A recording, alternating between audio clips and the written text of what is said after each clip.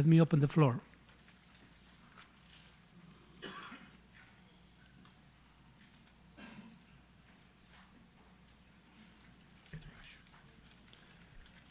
The distinguished delegate from the Russian Federation has the floor. Спасибо, господин. Thank you, Mr. Chairman. Ladies and gentlemen,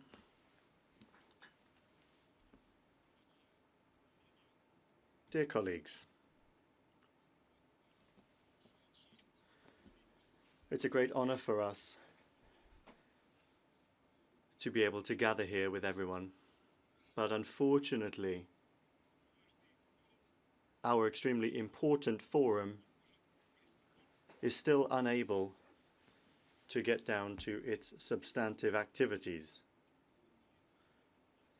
as we have done over many long years here together. Therefore, the Russian Federation proposes once again a balanced and impartial, unbiased look at the situation that has emerged as a result of Washington's systematic non-compliance with its obligations as the host country, based on the agreement with our organization from 1947. It would probably be useful for all of us to recall the principles upon which we all founded our organization and the principles on the basis of which it should work. One of those is the principle of equality, the equality of all UN member states. This, inter alia, presupposes equal working conditions in General Assembly committees for all, and also equal conditions at events organized under those auspices. Hindering the participation of representatives of other states and their arrival in UN headquarters in New York, in doing so, the US is preventing them from having equal access to the United Nations and is essentially openly discriminating on basis of nationality. And all of this is taking place today in the 21st century. We are not seeing the proper reaction from the United States themselves or from essentially the UN Secretariat, which is supposed to ensure that this happens, and the Secretary General, because it would seem that this is an elementary matter of ensuring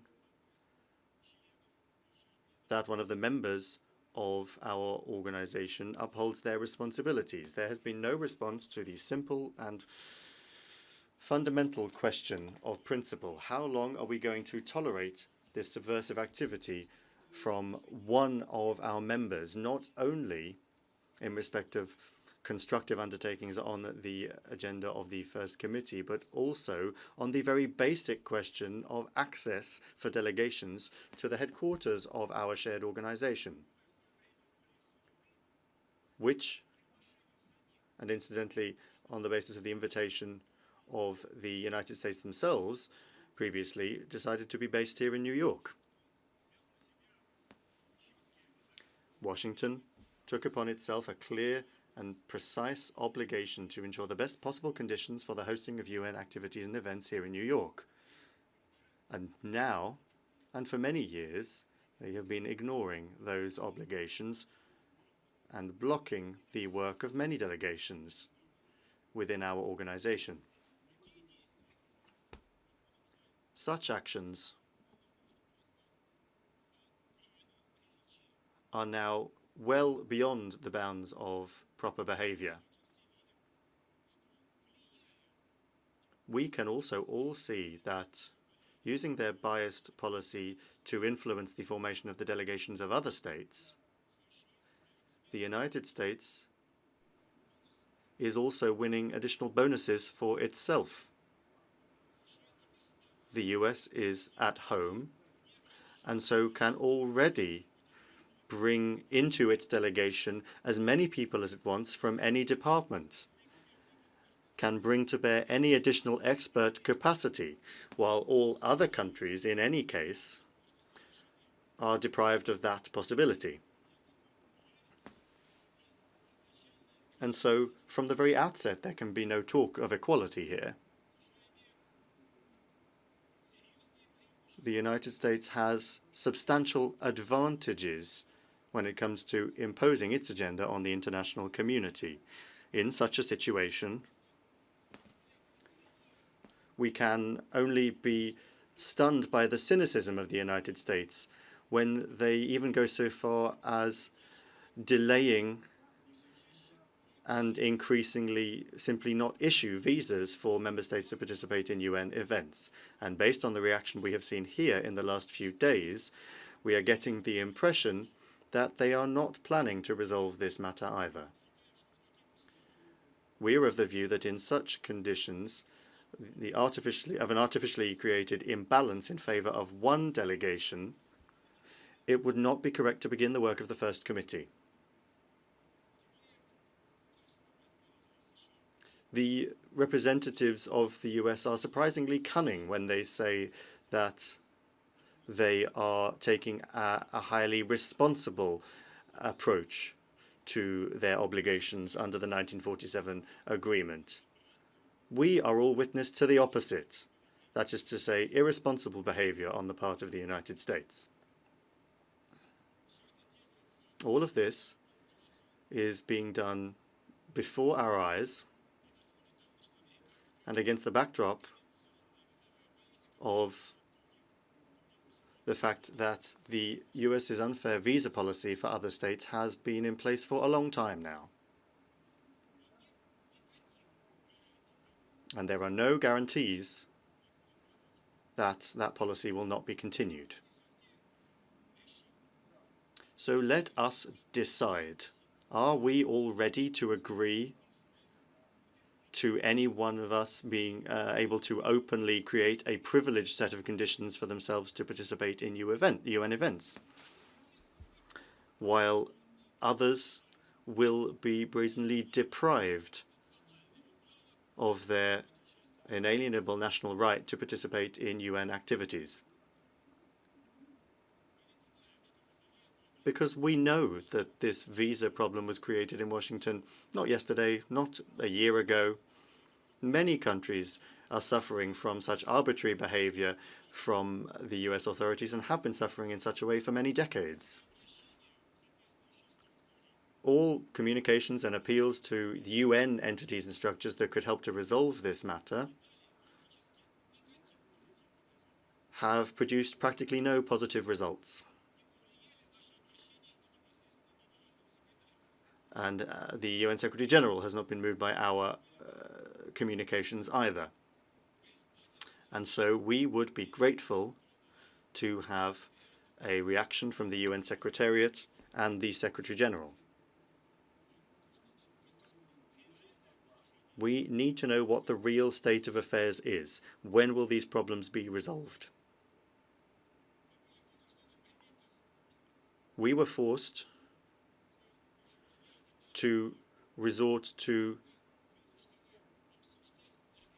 unhabitual measures when we are forced now to spend a third day of the plenary discussing procedural issues. That's never happened before in the past.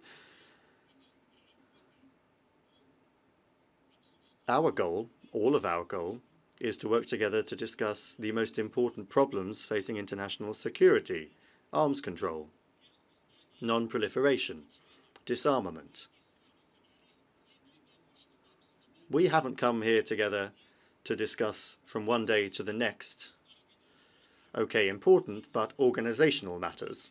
All of those matters are things that the UN Secretariat should have resolved in advance of the meeting.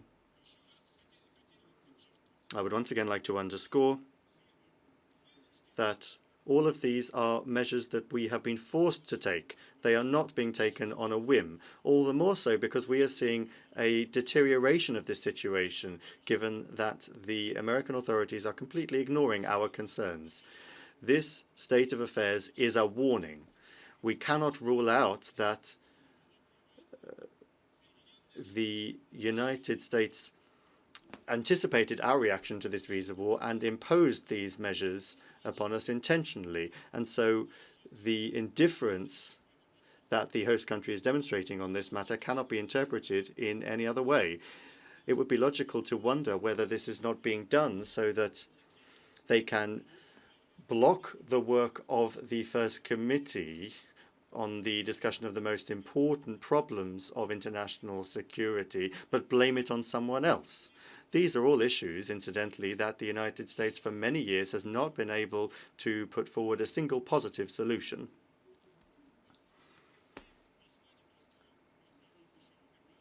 We face a very complicated discussion on a complicated agenda, part of which will be devoted, of course, to the destructive policy adopted by the United States.